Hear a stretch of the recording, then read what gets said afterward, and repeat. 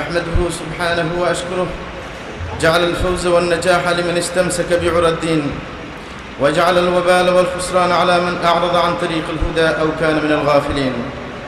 وأشهد أن لا إله إلا الله وحده لا شريك له، أمان الخائفين ومجيب دعوة المضطرين.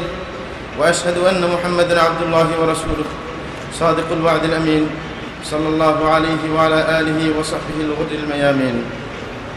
أما بعد، فقد قال الله تعالى في كلامه المجيد والفرقان الحميد: أعوذ بالله من الشيطان الرجيم، بسم الله الرحمن الرحيم، ففروا إلى الله إني لكم منه نذير مبين، ولا تجعلوا مع الله إلها آخر إني لكم منه نذير مبين. وقال النبي صلى الله عليه وسلم: يقول الله تبارك وتعالى: أنا عند ظن عبدي بي وأنا معه إذا ذكرني، فإن ذكرني في نفسه ذكرته في نفسي، وإن ذكرني في ملأ ذكرته في ملأ خير منهم، وإن تقرب إلي بشبر تقربت إليه ذراعا، وإن تقرب إلي ذراعا تقربت إليه باعا، وإن أتاني يمشي أتيته هرولا। সকল প্রশংসা আল্লাহ তাআলার জন্য, যিনি আমাদেরকে এই কঠিন পরিস্থিতিতেও, চরম অবনতির যুগেও দু একটি কুরআন হাদিসের সত্য কথা শোনার জন্য এখানে উপস্থিত করেছেন। এই জন্য আমরা বলি আলহামদুলিল্লাহ। দ্বিতীয় পর্যায়ে অগণিত দুরূদ ও সালাম আমাদের প্রিয় নবী মুহাম্মদ সাল্লাল্লাহু আলাইহি ওয়াসাল্লামের উপর, যিনি আমাদেরকে এমন এক সঠিক পথ দেখিয়েছেন যে সঠিক পথকে আঁকড়ে ধরলে আমাদের শান্তি এবং সফলতা রয়েছে। আজকের এই মহাসম্মেলনের পরিচালক এবং আমার শ্রদ্ধেয় ভাইরা, আমার যে নির্ধারিত বিষয় সেটা ইতিপূর্বে শুনতে পেরেছেন, যে আল্লাহর দিকে ধাবিত হওয়া। একটি আয়াতের অংশ, ফাফিরু ইলাল্লাহ ইন্নী লাকুম মিনহু নাযীরুম মুবিন, যে তোমরা দৌড়ে পালিয়ে যাও আল্লাহর দিকে, তাড়িত হও আল্লাহর দিকে, আমি তোমাদেরকে তার ব্যাপারে সুস্পষ্ট সতর্ক করছি। এই যে অংশ, এই অংশের ব্যাখ্যা দেওয়া আজকের আমার আলোচনা। মানুষের মাঝে শরীরে একটা অংশ রয়েছে যেটা ক্ষুদ্র, অথচ সেটা খুবই গুরুত্বপূর্ণ। সেটার নাম হচ্ছে অন্তর। আমরা সবাই সে অন্তরকে চিনি। যেরকম মানুষের বডির মধ্যে অন্তর গুরুত্বপূর্ণ, এরকম গাড়ির মধ্যে যেরকম মেশিন গুরুত্বপূর্ণ। মেশিন হচ্ছে গাড়ির মেইন। যেরকম গাড়ির মেশিনকে বারবার তেল কমে যাচ্ছে নাকি ঠিক আছে পরীক্ষা নিরীক্ষা করতে হয়।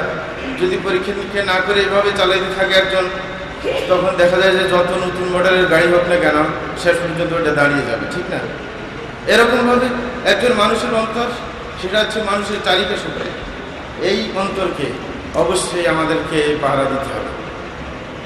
এই অন্তর যদি সত্যিকার ওহির আলো নিয়ে অন্তর চলতে থাকে, তখন এই অন্তর সেই লোকটাকে, যেই লোকটা সেই অন্তর বহন করে, তাকে সঠিক পথ দেখাবে, সঠিকের উপর সে চলতে পারবে।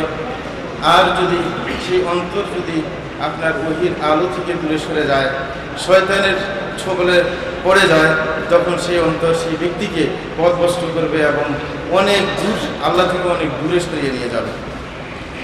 সুতরাং এই অন্তরের পাহারাদারি অবশ্যই আমাদের দরকার। এই অন্তরকে যদি আমরা শয়তানের ওয়াসওয়াসার জন্য যদি খুলে দেই, মাঝে মাঝে যদি এটা তদারকি না করি, এই অন্তরের যদি মাঝে মাঝে তদারকি না করি, তখন শয়তান এই অন্তরকে লুটে নেওয়ার চেষ্টা অবশ্যই করবে। এই অন্তরের মধ্যে জং ধরে যাবে এবং পরিস্থিতি এমন পর্যায়ে দাঁড়াবে যে যত সুস্পষ্ট বাণী হোক না কেন আল্লাহ জাল্লা শানু, সেই অন্তরে সেটা প্রবেশ করবে না, আর এমন পর্যায়ে চলে যাবে। আল্লাহ জাল্লা শানু যে পর্যায়ের কথা কোরআন মাজিদের মধ্যে উল্লেখ করেছেন, কাল্লা বাল রান আলা কুলুবিহিম মা কানু ইয়াকসিবুন, যে তাদের অন্তরের উপর তো আপনার জং ধরে গেছে। অন্তরের মধ্যে কিসের কারণে? তাদের নিজের কামাইয়ের কারণে। নিজে যখন আপনার উল্টাপাল্টা চলেছে, শরীয়তের আপনার নির্দেশের বাইরে চলেছে, এভাবে বারবার তার অন্তরের মধ্যে আপনার কালো দাগ জন্মাতে শেষ পর্যন্ত ভালো করে একবারে অথর্ব হয়ে গেছে, তখন সেই অন্তরে কোনো কিছু ঢুকতে আর পারছে না।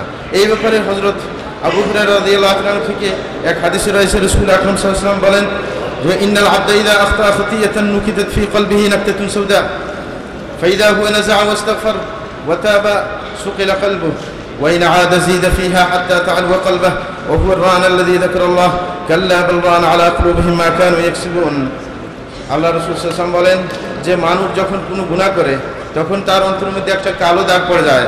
যদি সেই লোক সেটা থেকে দূরে সরে আসে আল্লাহর কাছে ক্ষমা চায় তখন তার অন্তরটাকে আবার পরিচ্ছন্ন করে দেওয়া হয়। যদি সে সেটা থেকে ফিরে না আসে এবং সেটা পরিষ্কার করার চেষ্টা না করে তখন দেখা যাচ্ছে ওটা বাড়াতে বাড়াতে গুনাহটা যখন সংখ্যা বেড়ে যায় তখন তার অন্তরের মধ্যে একটা দাগ, কঠিন দাগ পড়ে যায়, ঝঙ্গে ধরে যায়। আর ওই পর্যায়ে চলে গেলে আর ওটার মধ্যে কোনো ভালো কথা আর কার্যকরী হতে পারে না। এরকমভাবে রাসূল আকরাম সাল্লাল্লাহু আলাইহি ওয়াসাল্লাম আরেক হাদিসের মধ্যে বলেন তু'রাদুল ফিতানু আলাল কুলুবি কাল হাসিরি উদান উদা ফাআইয়ু কলবিন উসিবাহা নুকিতাত ফীহি নাকতাতুন সাওদা وأي قلب أنكرها نكتت فيه نكتة بيضاء حتى تصير على قلبين على أبيضاء مثل الصفا فلا تضره فتنة ما دامت السماوات والأرض والآخر أسود مربادا كالكوز مجخيا لا يعرف معروفا ولا ينكر منكرا إلا ما أصيب من هواه বলা হচ্ছে যে ফিতনা মানুষের অন্তরের উপর এমনভাবে স্থাপিত হবে যে ফিতনা বারবার আসতে থাকবে মানুষের অন্তরে। মানুষ ফিতনার সম্মুখীন বারবার হতে থাকবে। যখন কোনো অন্তর সেই ফিতনার যদি কবলে পড়ে বা ফিতনাতে অভ্যস্ত হয়ে যায় তখন তার অন্তরের মধ্যে একটা কালো দাগ পড়ে। যখন সে সেটাকে গ্রহণ করতে চায় না, ফিতনার সম্মুখীন হওয়ার পরও সেই ফিতনা থেকে সে দূরে সরতে চেষ্টা করে বা ফিতনাতে কবলিত সে হয়নি, সেটা থেকে বেঁচে যেতে পেরেছে, তখন তার অন্তরের মধ্যে তার অন্তরের পরিচ্ছন্নতা আসে। তাহলে বোঝা গেল অন্তর মানুষের দুই প্রকার। একটা হচ্ছে একবার সাদা অন্তর, যেটা একবারে সাদা পাথরের মতো, যেটাতে কোনো ফিতনা কোনো ক্ষতি করতে পারবে না, যতদিন থাকবে সেই অন্তরটা পরিচ্ছন্নই থাকবে। আর দ্বিতীয় আরেক ধরনের অন্তর রয়েছে, সেটা হচ্ছে কালো অন্তর। সেটা এমন অন্তর যে আপনার যেমন কোনো পাত্রকে যখন উবু করে রাখা হয় তখন যেরকম সেখানে আর কিছু ঢুকতে পারে না, সেই রকম একবারে এমন হয়ে যায় যে সত্যকে আর চিনতে পারে না এবং মিথ্যেকেও সে চিনতে পারে না। যেইভাবে সে আপনার অন্ধকার দিকে যাচ্ছে সেভাবে যেতে থাকবে। সুতরাং আমার এই যে মানুষের চালিকা শক্তি যে অন্তর, সে অন্তরের পরিস্থিতি যখন এমন হয়ে যায় যে আর সত্য থেকে সে অনেক দূরে সরে যায়, আল্লাহ থেকে অনেক দূরে সরে যায় এবং শরীয়ত থেকে দূরে সরে যায়, তখন সেই অন্তরের একমাত্র চিকিৎসা হয় যে আল্লাহর দিকে ফিরে আসতে হবে, আল্লাহর দিকে দৌড়ে আসতে হবে। সেই আপনার ঝামেলা থেকে মুক্ত হওয়ার জন্য একমাত্র পথ হবে যে আল্লাহর কাছে এসে অবনত মস্তিষ্কে ধরা দেওয়া, আল্লাহর কাছে ক্ষমা চাওয়া, তওবা করা। কারণ তিনি আমাদের স্রষ্টা, তিনি রিজিক দাতা, সুতরাং তার দিকে ফিরে যেতে হবে। আর এই কথাটি আল্লাহ জাল্লাহু শাআনহু কোরআন মাজিদের মধ্যে বললেন ফাফিরু ইলাল্লাহ, যে তোমাদেরকে দৌড়ে পালিয়ে যেতে হবে আল্লাহর দিকে, আল্লাহর দিকে যেতে হবে। তাহলে মন যদি এরকম খারাপ পর্যায়ে চলে যায় তখন এই মনকে ঠিক করার জন্য যে মনের স্রষ্টা তার দিকে আমাদেরকে অবশ্যই ফিরে আসতে হবে। এই কারণে আল্লামা ইবনে জারীর রাহিমাহুল্লাহ তিনি বলছিলেন যে ফাফিরু ইলাল্লাহের অর্থ তিনি বলেন ফাহরাবু আইয়ুহান নাসু মিন ইকাবিল্লাহি ইলা রাহমাতিহি বিল ঈমানি বিহি ওয়াত্তিবাই আমরিহি ওয়াল আমলি বিতাআতিহি। বলা হচ্ছে যে হে মানুষ, তোমরা আল্লাহর শাস্তির থেকে তোমরা আল্লাহর রহমতের দিকে দৌড়ে যাও। সেটা কিভাবে হবে? আল্লাহর উপর খাঁটি ঈমান আনার মাধ্যমে এবং আল্লাহর আদেশকে মানার মাধ্যমে এবং তার খাঁটি আনুগত্যের মাধ্যমে। তো সুতরাং আমাদেরকে ফিরে যেতে হলে বা পালিয়ে যেতে হবে, আপনার নিজের অন্তরে শান্তি পেতে হলে একমাত্র আল্লাহর দিকে ফিরে যেতে হবে। আল্লাহ ছাড়া কারোর কাছে যদি ফিরে যাওয়া যায় সে কখনো শান্তি দিতে পারে না। কারণ আল্লাহ তিনি হচ্ছেন সর্বশক্তিমান, তিনি যা ইচ্ছা তাই করতে পারেন। কিন্তু বিশ্বের বুকে যে কোনো পরাশক্তি হোক না কেন তার ইচ্ছা সবসময় সফল হয় না।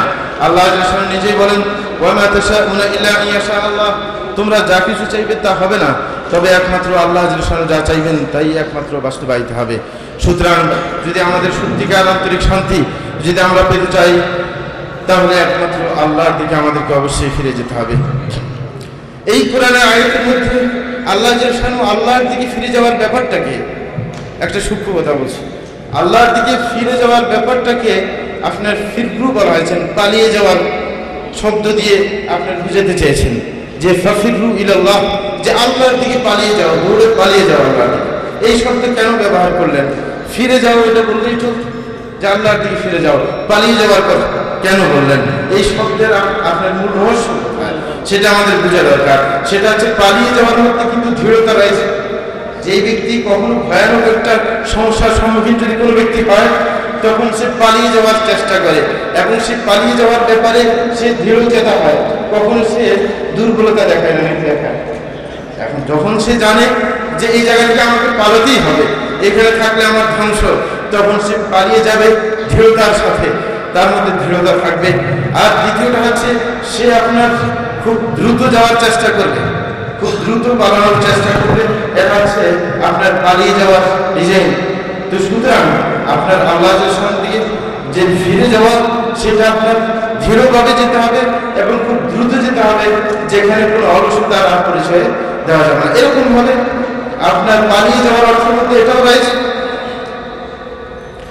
যে আপনার মানুষ যখন আপনার দুনিয়ার সমস্ত ঝড় ঝঞ্ঝালে পড়ে যায়, মানুষ যে কঠিনভাবে আবদ্ধ হয়ে যায়, দুনিয়ার আপনার প্যাচে পড়ে যায়, আক্রান্ত হয়ে যায়, তখন মানুষ সেটা থেকে আপনার পালাতে একবার ইচ্ছে করলে অনেক পারে না।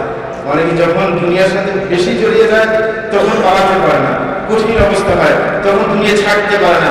এই কারণে ওই ছাড়া সহজভাবে হয় না, বরং পালিয়ে যেতে হবে। যখন মানুষ কেউ তাকে আটকে রাখে, শিকলবদ্ধ করে রাখে, তখন তাকে চুরমার করে আপনার এখান থেকে পালিয়ে যেতে হবে, ঠিক না? তো সুতরাং আপনার মানুষ বেশিভাবে যখন দুনিয়াতে আবদ্ধ হয়ে যায়, তখন সেখান থেকে আপনার সরে যাওয়া কষ্টকর বিদায়, পালিয়ে যাওয়ার শব্দ দিয়ে আল্লাহ বলেছেন যে পালিয়ে যেতে হবে আল্লাহর দিকে, সব কিছু ছেড়ে দিয়ে পালিয়ে যেতে হবে। আরেকটা হচ্ছে এটাও বোঝায় আয়াতের মধ্যে যে আপনার পালিয়ে যাওয়ার ব্যাপারের মধ্যে যে যদি যে ব্যক্তি জানতে পেরেছে যে আমি এখানে থাকলে আমার জন্য সমস্যাকর, ক্ষতিকর, আমার ধ্বংস আসবে, তখন সে তো পালিয়ে যাওয়ার ইচ্ছা করে। তো সুতরাং যখন সে দ্রুত না পালায়, তখন সমস্যার সম্মুখীন অবশ্যই হবে। এই কারণে কোনো ব্যক্তি যখন বুঝতে পারে যে আমি আল্লাহ থেকে অনেক দূরে সরিয়ে গেছি, দুনিয়ার ঝামেলার মধ্যে ঢুকে গেছি, শরীর থেকে অনেক দূরে অবস্থান করছি, তখন তাকে যদি একবার গতির স্রোত হয় আপনি আল্লাহর দিকে ফিরে যাওয়ার ব্যাপারটা, তখন যে কোনো মুহূর্তে সে ধ্বংসের সম্মুখীন অবশ্যই হবে। তখন তাকে অবশ্যই দ্রুততার সাথে আল্লাহর দিকে অবশ্যই পালিয়ে যেতে হবে, আল্লাহর কাছে একমাত্র আশ্রয় নিতে হবে। সুতরাং একমাত্র আপনার দুনিয়ার সেই অস্থিরতা থেকে, দুনিয়ার ঝড় ঝঞ্ঝাল থেকে আপনার একমাত্র পালিয়ে যেতে হবে আল্লাহর দিকে, যিনি হচ্ছেন স্রষ্টা। এই কারণে তার কাছে গেলেই শান্তি পাওয়া যাবে। আমরা যে কোনো ব্যক্তি পালিয়ে যাওয়ার ব্যাপারটা মাঝে মাঝে দেখতে পাই নাকি দেখতে পাই না। কেউ সরাসরি নিজেও পালিয়েছেন কোনো যুগে, নাকি পালাননি কোনো সমস্যা থেকে। এবং রাজনৈতিক যখন ঝামেলা শুরু হয় রোডে ঘাটে, আপনার যখন পুলিশ গুলি করে বর্তমান যুগে, কিভাবে পালায় নাকি দেখেন না। পালিয়ে যাওয়ার ডিজাইনটা দেখেছেন, পালিয়ে যাওয়ার ব্যাপারটা দেখেছেন। কেউ যদি হিংস্র প্রাণীর সম্মুখীন হয় পালিয়ে যায়, পালিয়ে যাওয়ার ধরন তো জানা আছে। কেউ ভয়ানক আক্রমণের সম্মুখীন হইলে যে পালিয়ে যাওয়ার ধরন আপনার জানা আছে। এই ধরনটা কিন্তু একরকম হয়, কয়েক ধরনের হয় না। যে পালিয়ে যায় খুব দ্রুত পালিয়ে যায়, তার টার্গেট যে কোন জায়গায় গেলে প্রথমে টার্গেট ঠিক করে যে কোন দিকে পালালে আমি নিরাপদে যেতে পারবো, কোন গলে দিয়ে ঢুকলে ওই ব্যক্তির আক্রমণ থেকে আমি রক্ষা পেতে পারবো, এই চিন্তা মাথায় নিয়ে ওই দিকে সে দৌড়তে থাকে। যদিও সাইড থেকে আক্রান্ত হয় সেটার দিকে আর সে খেয়াল করে। তাই পালিয়ে যাওয়ার ধরন কয়টা হয়? একটা মাত্র ধরন, যে লক্ষ্যকে ঠিক করে খুব দ্রুত পালিয়ে যায়। ডাইনে বামে কোনো দিকে তাকানোর সুযোগ থাকে না। কেউ যদি তার জামা থেকে যাক, তারপরে ওর দিকে তাকানোর কোনো সুযোগ নেই। জামা খুলে পড়ে যাক, তারপর লুঙ্গি খুলে পড়ে যাক, তারপর ওদের দিকে তাকাবে না। কারণ তার একটা লক্ষ্য আছে যে অমুক জায়গায় যদি আমি বুঝতে পারি কষ্ট করে, তাহলে সেটা নিরাপদ জায়গা, সেইখান পর্যন্ত আমাকে অবশ্যই যে কোনো ভাবে আক্রান্ত হওয়ার পরেও আমাকে ধরে ওই জায়গায় যেতে হবে। তাহলে পালিয়ে যাওয়ার ধরন হচ্ছে একটা মাত্র ধরন পালিয়ে যাওয়া। যারা পালিয়েছেন তারা অবশ্যই বুঝেন, আর যদি পালিয়ে যেতে কাউকে দেখেছেন সেটা অবশ্যই জানেন। এই কারণে আল্লাহ জাল্লাহু এই শব্দেই বলেছেন ফাফিরু ইলাল্লাহ, যে একমাত্র সমস্ত শক্তি দিয়ে আপনাকে আল্লাহর দিকে পালিয়ে যেতে হবে, আল্লাহর আশ্রয় সন্ধান করতে হবে। কারণ আপনি কোথায় থেকে পালিয়ে যাবেন, প্রথমে পালিয়ে যাওয়ার ক্ষেত্রগুলো বুঝতে হবে। আমরা পালিয়ে যাওয়া বলছি, আল্লাহর দিকে পালিয়ে যাবো, দ্রুততার সাথে আল্লাহর দিকে ভাবিতে হবো কোথায় থেকে যাব। কি জিনিস থেকে আমরা পালাবো? সর্বপ্রথম আমাদের যে সুস্পষ্ট শত্রুর কবল থেকে পালিয়ে যাওয়ার চেষ্টা করব। সে হচ্ছে শয়তান। শয়তানকে তো সবাই চেনেন। দুনিয়ার যত বড় থেকে বড় শয়তান আছে, যত আপনার দুর্নীতিবাজ, যত বড় অপরাধী আছে, সবগুলোর উস্তাদ শয়তান। সেই শয়তান থেকে, আমাদের শয়তানের কবল থেকে আল্লাহর দিকে পালিয়ে যেতে হবে। সেটাই কোরআন মাজিদের মধ্যে আল্লাহ বলেন শয়তান সম্পর্কে, ইন্না শাইতানা লাকুম আদু ফাত্তাখিযুহু আদুওয়া ইন্নামা ইয়াদউ হিজবাহু লিয়াকুনু মিন আসহাবিস সাঈদ। সূরা ফাতিরের মধ্যে আল্লাহ বলেন, নিশ্চয়ই শয়তান তোমাদের শত্রু, সুতরাং তাকে শত্রু হিসেবে তোমাদেরকে গ্রহণ করতে হবে। অনেকে কিন্তু মিত্র হিসেবে গ্রহণ করে, শয়তানকে তোমাদেরকে শত্রু হিসেবে গ্রহণ করতে হবে। যে সে তোমাদেরকে ডাকে এবং সে তার দলকে ডাকে কি জন্য? যেন জাহান্নামের অধিবাসী হতে পারে। শয়তান কিসের দিকে ডাকে? জাহান্নামের দিকে ডাকে। সুতরাং এই শয়তানকে শয়তান হিসেবে গ্রহণ করতে হবে। অথচ দেখা যায় পরিস্থিতির দিকে, বাস্তবতার দিকে তাকালে দেখা যাবে মানুষ শয়তানকে শত্রু হিসেবে ধারণ করেনি, বরং শয়তানকে বন্ধু হিসেবে ধারণ করেছে। পরিস্থিতি এমন হয়েছে যার কারণে তারা শয়তানের প্রিয় পাত্র হয়েছে। শুধু একা না, অনেকে নিজে তো শয়তানের পিছনে ছুটছেই, শয়তানের বন্ধুত্বে রূপান্তরিত হয়েছে, শয়তানকে শত্রু হিসেবে গ্রহণ করেনি। শুধু একা নয়, বরং অনেকে দলবদ্ধ হয়ে কি পিছে পিছে ছুটছে না। বাস্তবতা এটাই যে শয়তানের পিছু, শয়তানকে বন্ধু শুধু একাই গ্রহণ করে নেই, শয়তানের পিছু একাই ছুটছে না, বরং পুরো জাতিকে নিয়ে শয়তানের দিকে ছুটছে, শয়তানকে বন্ধু হিসেবে গ্রহণ করছে। এবং শয়তানের যত প্রোপাগান্ডা আছে, শয়তানের যত ষড়যন্ত্র আছে, সেই ষড়যন্ত্রগুলা নিজের এলাকায়, নিজের সমাজে, যদি তার মুসলিম সমাজ হোক, তাতে বাস্তবায়ন করার চেষ্টা চালাচ্ছে। তাইলে এখন উল্টো দিকে যাচ্ছে, আল্লাহর দিকে পালিয়ে যাওয়ার কথা, কিন্তু তারা কোন দিকে যাচ্ছে? শয়তানের দিকে পালিয়ে যাওয়ার চেষ্টা করছে। মুসলিম সমাজ তাদের ভালো লাগে না, তাদের পাশ্চাত্য সমাজ ভালো লাগে। আপনার শয়তানের পরিকল্পিত সমাজ তাদের ভালো লাগে। এই কারণে আল্লাহর দিকে পালিয়ে না গিয়ে শয়তানের দিকে দ্রুত পালানোর চেষ্টা করছে। তাই উল্টা গতিতে মানুষ বর্তমানে চলতে শুরু করেছে। দ্বিতীয়, আমরা পালিয়ে যাব কার থেকে? আমরা পালিয়ে যাব দুনিয়ার যে ভোগ বিলাস থেকে।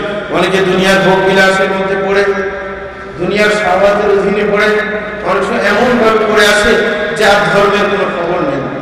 কিভাবে আপনার রুজি রোজগারকে বাড়ানো যাবে, কিভাবে শান্তি পাওয়া যাবে, এটার চিন্তায় সে ব্যতিব্যস্ত। সেই দুনিয়ার সে ঝামেলা থেকে সে বেরিয়ে যেতে পারছে না। সুতরাং এই দুনিয়ার ঝামেলা থেকে, যে ঝামেলার কারণে মানুষ যে আল্লাহর দৃষ্টিকোণ থেকে দূরে, আল্লাহর শরীয়ত থেকে দূরে, এই ঝামেলা থেকেও কার দিকে পালিয়ে যেতে হবে? আল্লাহর দিকে।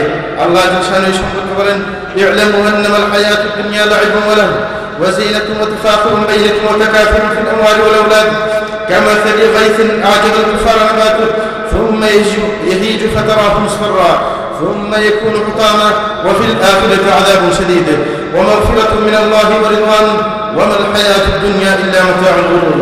সূরা হাদীদের মধ্যে আল্লাহ বলেন, তোমরা জেনে রাখো, নিশ্চিতভাবে দুনিয়ার জীবন হচ্ছে খেল তামাশা এবং চাকচক্য, সৌন্দর্য এবং গর্ব। দুনিয়া নিয়ে মানুষের গর্ব করে বেড়াচ্ছে, যার যত বেশি অর্থ। এরকম ভাবে দুনিয়ার মধ্যে প্রতিযোগিতা চলছে, বাড়ানোর প্রতিযোগিতা, যে কত বেশি সম্পদ বাড়ানো যায়, কত সন্তানের মালিক হওয়া যায়। কিন্তু এই ব্যাপারে আমার অনেকের সন্তান ব্যাপারে ঘাটতি আসছে, নিয়ন্ত্রণের মানসিকতার দিকে যাচ্ছে। যাই হোক, এরকম সম্পদ বাড়ানো, সন্তান বাড়ানোর চিন্তা আল্লাহ এই ব্যাপারে দৃষ্টান্ত দিচ্ছেন। এই দুনিয়ার দৃষ্টান্ত হচ্ছে সেই বৃষ্টির মতো, যখন আপনার বৃষ্টি আসে তখন খুশি হয়, যারা চাষ করে তারা খুশি হয় না বৃষ্টি আসলে। তখন জমির মধ্যে যখন সুন্দর করে গাছ উঠতে থাকে, আপনার এই বৃষ্টির কারণে ফলফলাদি দেখা যায়, আপনার যখন ফসলাদি হয় তখন সবার খুশি লাগে। কিন্তু এই সবুজ শ্যামলতা আপনার বেশি দিন থাকে না, কিছুদিন পর সেটা আবার অন্য রং ধারণ করে শেষ পর্যন্ত কি চূর্ণ বিচূর্ণ হয়ে যায়। নাকি এই যে সমস্ত উদ্ভিদ থাকে, আপনার বৃষ্টি আসলে হওয়ার পর কিছুদিন পরে আবার অন্য ধারণ করে এটা ধ্বংস হয়ে যায়। বলে যে আখিরাতের মধ্যে অবশ্যই আযাবুন শাদীদ, আখিরাতের মধ্যে কঠিন শাস্তির তাদের সম্মুখীন হতে হবে এবং আল্লাহর ক্ষমার দিকে যেতে হবে এবং আল্লাহর সন্তুষ্টির দিকে অবশ্যই যেতে হবে। বলে যে দুনিয়ার জীবনটা আছে একমাত্র ধোঁকার জীবন। কেউ বলতে পারেন যে আল্লাহর দিকে পালিয়ে যাওয়ার মানে কি সবকিছু ছেড়ে দেবে, এরকম অনেকে বলতে পারেন যে আল্লাহর দিকে পালিয়ে যাওয়া মানে দুনিয়া সব ছেড়ে দেবে। এরকম মানুষকে তার সমাজে পাওয়া যায় না, পাওয়া যায় না। অনেক লোক আমাদের সমাজে দেখবেন অনেক দিন দুর্নীতির সাথে তাদের কি সম্পর্ক ছিল, দুনিয়ার সাথে কঠিন সম্পর্ক ছিল। যখন একটু বুড়ো বয়স হয়, যখন ছেলে সন্তান কাজে কর্মে লেগে যায়, তখন পুরো সংসারকে ছেড়ে দুনিয়াকে লাথি মেরে শেষ পর্যন্ত একদিকে ছুটে, নাকি ছুটে না? কেউ দরবারে যায়, কেউ এরকম মসজিদে মসজিদে ঘুরে বেড়ায়, নাকি বেড়ায় না, দুনিয়াকে একবারে ছেড়ে দিয়ে পালানোর চেষ্টা করে। তো আমাদের কি পালিয়ে যাওয়ার অর্থ কি এরকম যে আপনার সব দুনিয়া থেকে দুনিয়া ছেড়ে দিব, দুনিয়ার সাথে কোনো কানেকশন থাকতে পারবে না, দুনিয়ার রিজিকের কোনো অনুসন্ধানের চিন্তাই করবো না যে রিজিক আল্লাহ দিবেন, আমি একবার সব কিছু ছেড়ে পালিয়ে যাব? না, এরকম না। বরং আমাদের খেয়াল করতে হবে দুনিয়া কামানোর জন্য হাঁটতে হবে, পালাতে হবে না, পালাতে হবে আল্লাহর দিকে। কথা খুব বুঝার চেষ্টা করবেন। আল্লাহ জিসানু দুনিয়া কামানোর ক্ষেত্রে যে আয়াতটা বলেছেন সূরা মুলকের 15 নম্বর আয়াতে আল্লাহ বলেন হুয়াল্লাযী জাআলা লাকুমুল আরদা যালুলা ফামশু ফি মানাকিবিহা ওয়া কুলু মির রিজকিহি ওয়া ইলাইহিন নুশুর। আল্লাহ বলেন তিনি তোমাদের জন্য জমিন তৈরি করেছেন, জমিনকে তোমাদের অধীনস্থ করে দিয়েছেন, ব্যবহার উপযুক্ত করে দিয়েছেন।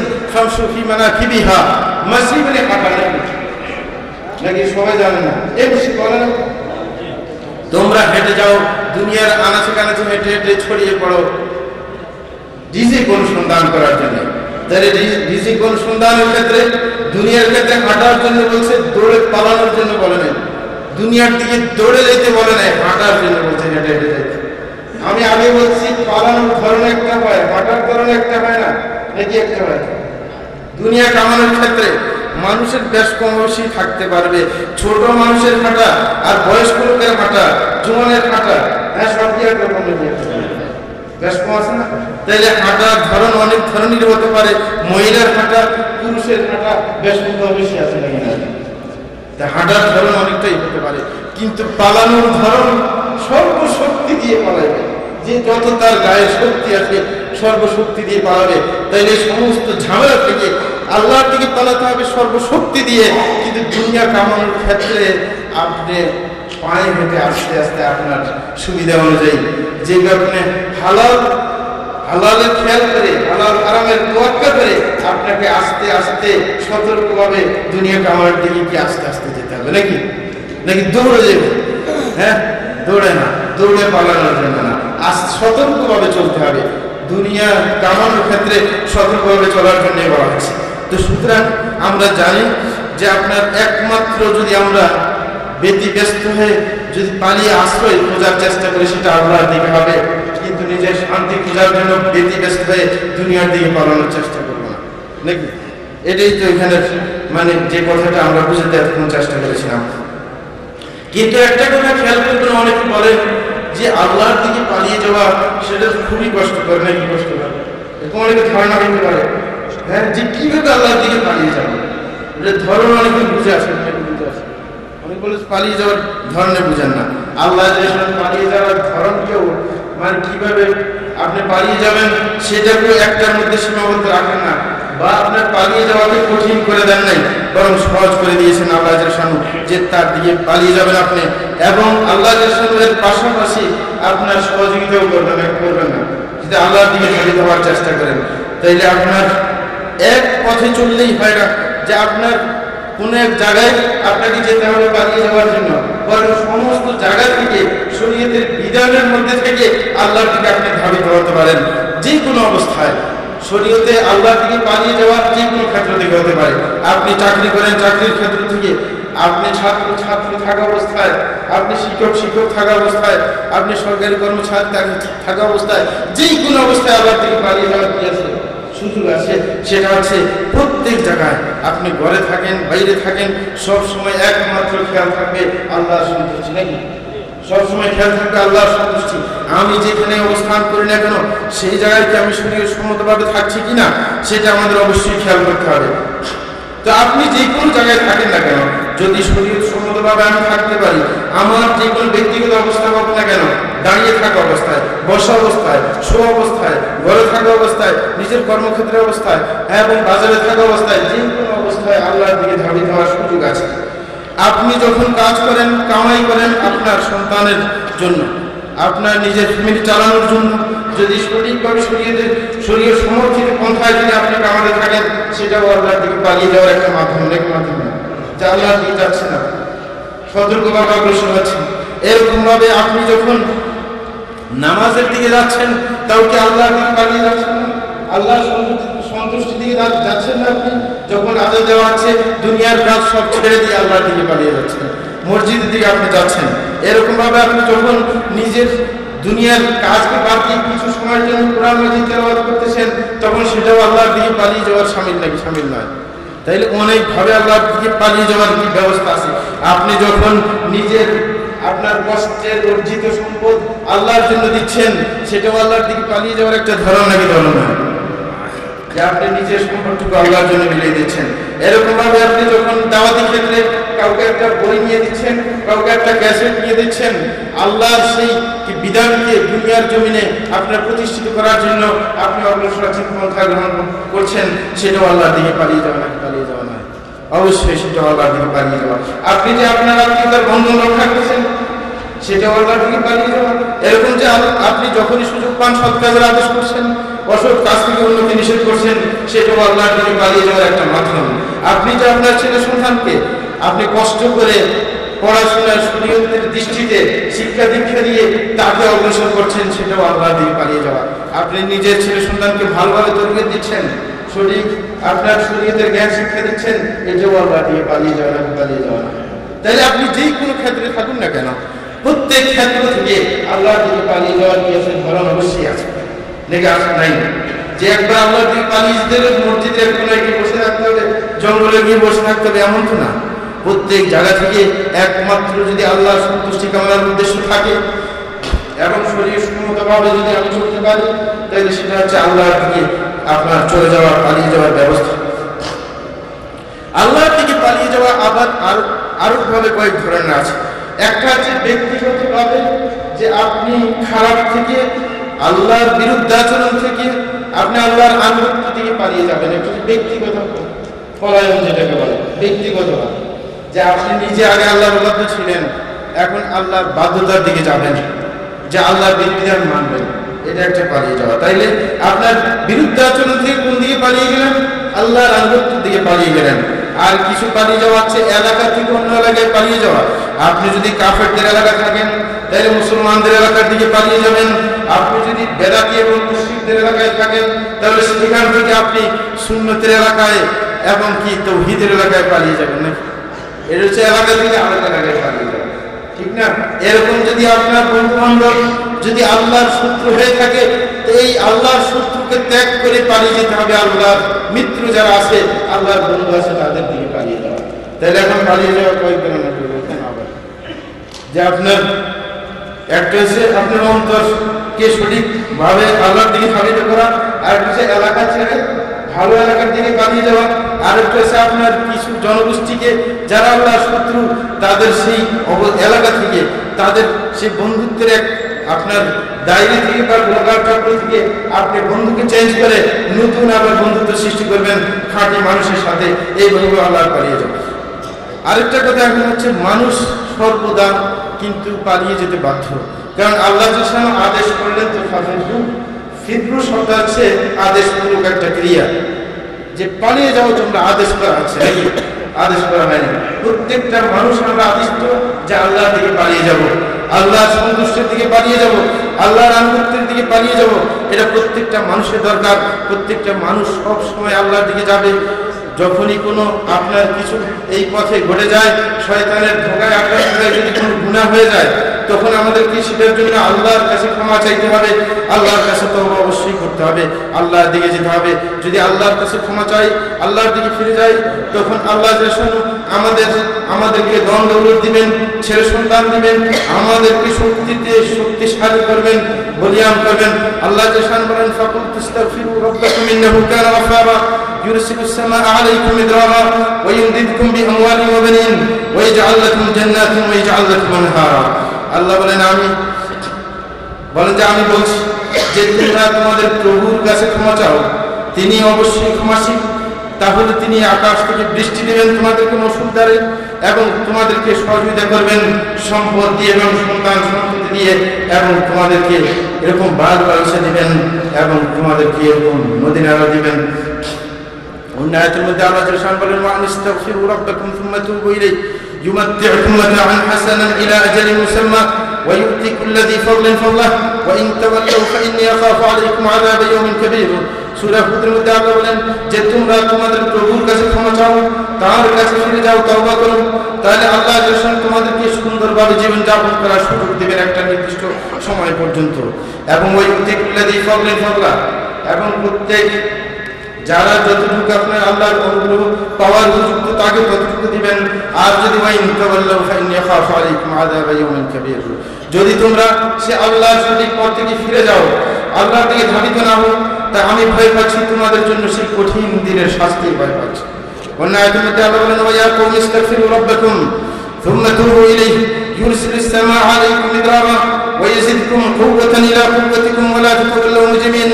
বলেন হে আমার জাতি, তোমরা তোমাদের প্রভুর কাছে ক্ষমা চাও, তার কাছে তওবা করো, আল্লাহ জাল্লাহু তোমাদের উপর মুষলধারে বৃষ্টি দিবেন এবং তোমাদের শক্তির উপর আরো শক্তি দিয়ে তোমাদেরকে কঠিন শক্তিশালী করে তুলবেন।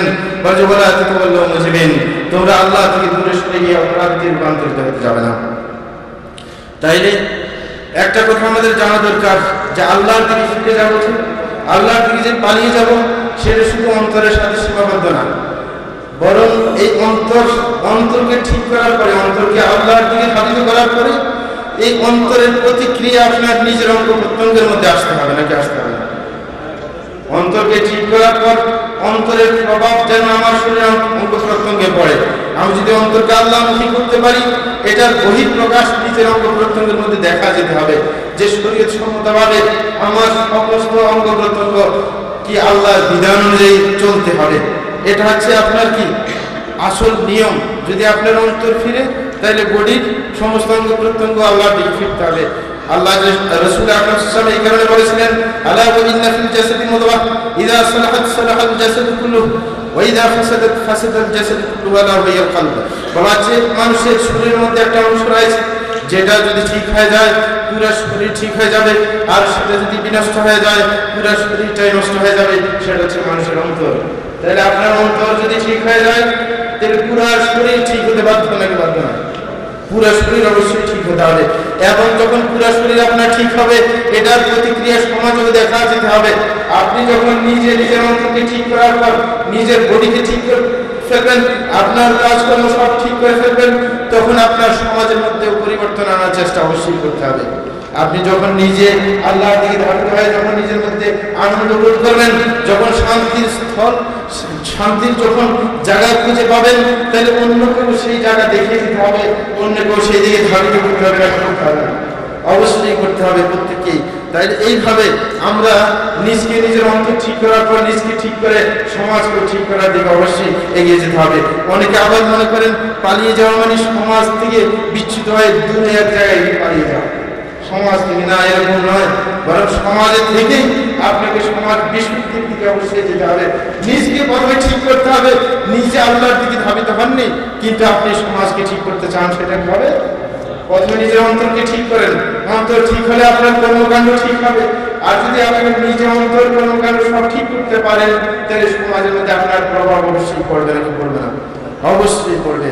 তো সুতরাং আপনার কিন্তু কখন আপনি একবার দুনিয়া ছেড়ে চলে যাবেন, যখন দুনিয়াতে ধর্মের টিকাটা কঠিন হয়ে যায়, যে আপনার মানব সমাজে থাকলে ধর্মের উপরে আপনি চলতে পারছেন না, যে সবাই আপনাকে ধর্ম থেকে বিচ্যুত করতে চায়, আপনার শক্তি দিয়েও তার থেকে দূরে থাকা আপনার সম্ভব হচ্ছে না, তখনই আপনি শেষ পর্যন্ত পাহাড়ে জঙ্গলে পালিয়ে যাবেন, যেটা হাদিসের মধ্যে রাসূল আকরাম সাল্লাল্লাহু আলাইহি ওয়াসাল্লাম বলেন ইউসিফু আন ইয়াকুনা খায়রামান মুসলিম গানামান ইয়াতবাউ বিহা সাআতাল জিবাল ওয়া মাওয়াকিআল খাতরি ইয়াফিরু বিদীনিহি মিনাল ফিতান। বলেছে এমন একটা সময় আসবে তখন মানুষের শ্রেষ্ঠ সম্পদ হবে আপনার ছাগল পাল। সেই ছাগল পাল নিয়ে মানুষ সেই পাহাড়ের চূড়ার দিকে চলে যাবে, যেখানে পানি পাওয়া যায় সেখানে চলে যাবে। এই ছাগল পালের দুধ খেয়ে সে একাকী মানুষের ঝামেলা থেকে মুক্ত হয়ে নিজের ঈমানকে রক্ষা করার জন্য সে এরকম পাহাড়ে জঙ্গলে পালিয়ে যাবে। যখন আপনার নিজের ঈমানকে টিকা যাচ্ছে না, এখন কি আমাদের এই পরিবেশ আসছে নাকি আসছে না? আসলে এখনো সমাজে নিজের ঈমানকে রক্ষা করার আপনার সুযোগ আছে, কিন্তু কেন আমাদের জন্যই আমরা ঝামেলা করে আছি। আমরা অন্যের জন্য কি পরিশুদ্ধি চাই, কিন্তু নিজকে আগে পরিশুদ্ধি করতে পারি না। নিজকে পরিশুদ্ধ না করার কারণে যখন অন্যের পরিশুদ্ধির কাজ আমরা হাত দেই, তখন অন্যজন দেখে যে তুমিও ঠিক হয় নাই, তা আমি কেন ঠিক হতে যাবো না? তো সুতরাং আমরা যদি নিজের দায়িত্ব নিজকে আগে ঠিক করে যদি সমাজে অবস্থান করতে চাই, সমাজের পরিশুদ্ধির চেষ্টা যদি আমরা করি, এখনো টিকে থাকা সম্ভব। ধর্মের উপর টিকে থাকা কি সম্ভব? এখনো পালিয়ে যাওয়ার সময় আসেনি। অনেকে মনে করতে পারেন পালিয়ে যাবে তারা, যারা পাপী তারা পালিয়ে যাবে, আমি তো আর পাপ করছি না নাকি? অনেকে মনে করছেন যে আমার তো এত পাপ নেই, ছোট দেখি তো আমি লাইনে চলছি, সুতরাং আমার কেন পালিয়ে যেতে হবে? এই কারণে অনেকে মনে করেন যারা মসজিদে যায় তারা তো অপরাধী যারা তারাই মসজিদ যাবে নাকি, এরকম মনে করেন। যখন অপরাধ বেশি হয়ে যায় তখন অপরাধকে ঠিক করার জন্য অনেকে হজ করতে আসে নাকি, আসে না? এটা আপনার কাবার দিকে দাবি হয়, মসজিদ দাবিতে হয়, কারা অপরাধী, এরকম অনেকের ধারণা যে অপরাধী হইলেই তো আবার ফিরে যেতে হবে, আমি তো লাইনে আছি নাকি।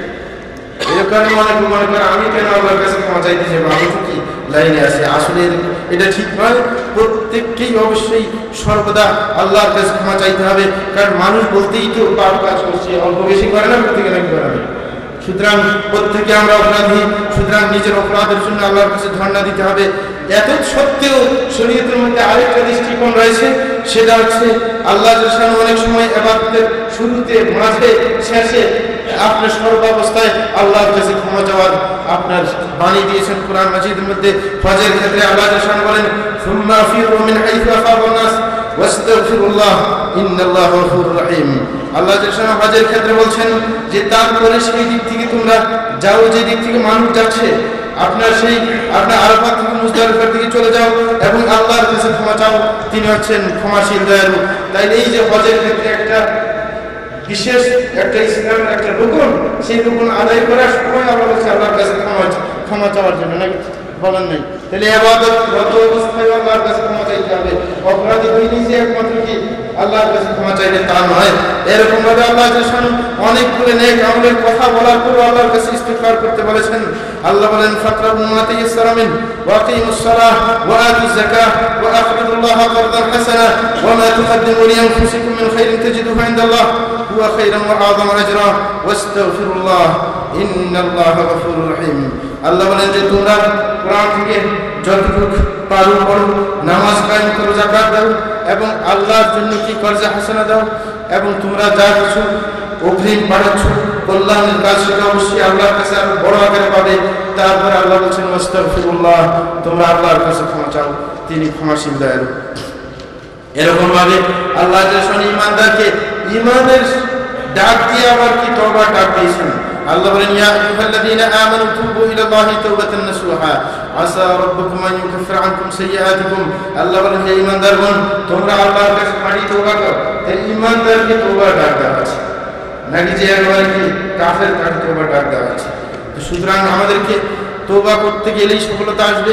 আল্লাহ বলেন ওয়া তুবু ইলাল্লাহি জামিআন আইয়ুহাল মুমিনুন লাআল্লাকুম তুফলিহুন, যে তোমরা আল্লাহর দিকে ফিরে যাও সকলে, হে মুমিনগণ, তাহলে তোমরা সফলতা পাবে, সফল কাম হতে পারবে।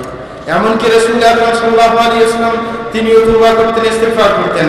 রাসূল আকরাম সাল্লাল্লাহু আলাইহি ওয়াসাল্লাম বলেন ইয়া আইয়ুহান নাস তুবু ইলাল্লাহ ফাইন্নী আতুবু ফিল ইয়াউমি ইলাইহি মিয়াতা মাররা, যে মানুষ তোমরা আল্লাহর দিকে ফিরে যাও, আল্লাহর কাছে তওবা করো, কারণ আমি একই দিনে আল্লাহর কাছে 100 বার তওবা করছি। সুতরাং পাপী হলেই যে আপনি তওবা করবেন আল্লাহর দিকে ফিরে যাবেন তা নয়, সর্বাবস্থায় আল্লাহর দিকে ফিরে যেতে হবে। সর্বশেষে বলছি, আমরা তো আল্লাহর দিকে ফিরে যাব, আল্লাহর দিকে নিজের সর্বশক্তি দিয়ে পালিয়ে যাওয়ার চেষ্টা করব। আপনার যেখানে আশ্রয় নিলে শান্তি পাবো সেখানে তো যেতে হবে। তো এই কারণে আল্লাহর দিকে যে ফিরে যাব এই কাজ কঠিন নয়, বরং আমরা যদি সত্যিকার ভাবে আল্লাহর দিকে পালিয়ে যেতে চেষ্টা করি, আল্লাহর আশ্রয় যদি নিতে চেষ্টা করি, আল্লাহ আমাদেরকে সহযোগিতা করবেন। আল্লাহ নিজেই বলছেন ওয়াল্লাযীনা জাহাদু ফীনা লানাহদিয়ান্নাহুম সুবুলানা ওয়া ইন্নাল্লাহা লামাআল মুহসিনিন। আল্লাহ বলেন যারা আমার পথে উঠার চেষ্টা করে আমি অবশ্যই তাদেরকে সঠিক পথ দেখাবো, এবং আল্লাহ যারা রয়েছেন নিষ্ঠাবান মানুষের সাথে। অন্য আয়াতে বলেন ইন্নাল্লাহা মাআল্লাযীনা তাকাউ ওয়াল্লাযীনা হুম মুহসিনুন, যে আল্লাহ রয়েছেন যারা মুত্তাকি তাদের সাথে এবং যারা নিষ্ঠাবান তাদের আমাদের সাথে।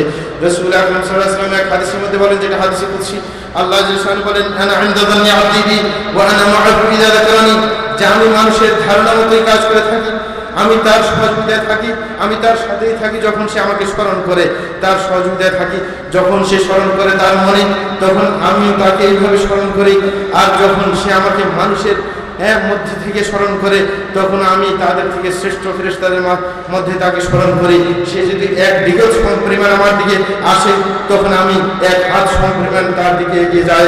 সে যদি এক হাত আসে, আমি 2 হাত তার দিকে এগিয়ে যাই। আর সে যদি হেঁটে আসে, আমি দৌড়ে তার দিকে যাই। তাইলে আপনার যতই আমরা চেষ্টা করবো আল্লাহর দিকে ধাবিত হওয়ার, আল্লাহ আমাদেরকে সহযোগিতা করবেন না, করবেন না? এখন আমাদের হিসাব করছে, আমি শেষ করে দিচ্ছি। আমাদের এখন চিন্তা করার বিষয়, আমি কি পালিয়ে যাচ্ছি? আমি কি যখন মুয়াজ্জিন সাহেব হাইয়া আলাস সালাহ বলে ডাকতেন, তখন কি আল্লাহ সন্তুষ্টির জন্য আল্লাহর ঘরের দিকে পালিয়ে যাচ্ছি? এইখানে হিসাব কষার কথা, যে আল্লাহর দিকে তো পালিয়ে যাবো। অনেক আমাদের দেশে ওয়াজ শুনে পরে হিসাব কষে না, শুনে শুনে পালিয়ে যায়। এখন কথা হচ্ছে হিসাব কষার পালা। যে আজকে বললাম যে আল্লাহর আদেশ, যে আল্লাহর সন্তুষ্টির দিকে পালিয়ে যেতে হবে সমস্ত শক্তি দিয়ে। যে মুয়াজ্জিন যখন ডাক দেয় হাইয়া আলাস সালাহ বলে, তখন কি আমি মসজিদ দিকে পালাই, আল্লাহর সন্তুষ্টির দিকে যাই নাকি যাই না? নাকি আমি একবারে অপেক্ষা করি? মানে অনেক আছে নামাজি, কিন্তু যে একামত দেখ তারপরে যায়, 2 টাকা চলে যায়। তাহলে আমি দ্রুত শক্তি দিয়ে পালাচ্ছি, নাকি আমার চলার মধ্যে কি আছে, সদ্গতি আছে, আমি ঠিক মতো পালাচ্ছি না? এরকম ভাবে আমি কি আল্লাহর দিকে পালিয়ে যাই? যে আমি মাঝে মাঝে কোরআন পড়ার চেষ্টা করি, যে কোরআনকে আমাদের হৃদয়ের জন্য নাযিল করা হচ্ছে, আমি কি এরকম ভাবে আল্লাহ সন্তুষ্টি কামনা করি? তো এরকম ভাবে যে কোনো ক্ষেত্র থেকে আল্লাহর দিকে আমি কি যাচ্ছি কিনা, সেটা আমাদেরকে অবশ্যই হিসাব করতে হবে। এই কারণে আল্লাহ বলেন ফাফিরু ইলাল্লাহ, যে আল্লাহর দিকে অবশ্যই আমাদেরকে আপনাকে সবাইকে পালিয়ে যেতে হবে। আর আল্লাহর দিকে পালিয়ে গেলে শক্তি পাওয়া যাবে, কিন্তু আল্লাহ ছাড়া অন্যের দিকে পালিয়ে গেলে আপনার কখনো কি সেখানে শান্তি আর আশ্রয় মিলবে না। অনেকে দুনিয়ার মধ্যে বর্তমানে আপনার বিশ্বের যে দুনিয়াতে যদি কোনো মুসলিম সরকার আপনার নিজের পদে টিকে থাকতে পারে না, তখন কোন দিকে আল্লাহর দিকে পালায় নাকি মানুষের দিকে পালায়? মানুষের দিকে পালায়। এমনকি শুধু সাধারণ মানুষ না, কাফেরের দিকে পালায় নাকি, কাফের রাষ্ট্রে পালিয়ে যাওয়ার চেষ্টা করে।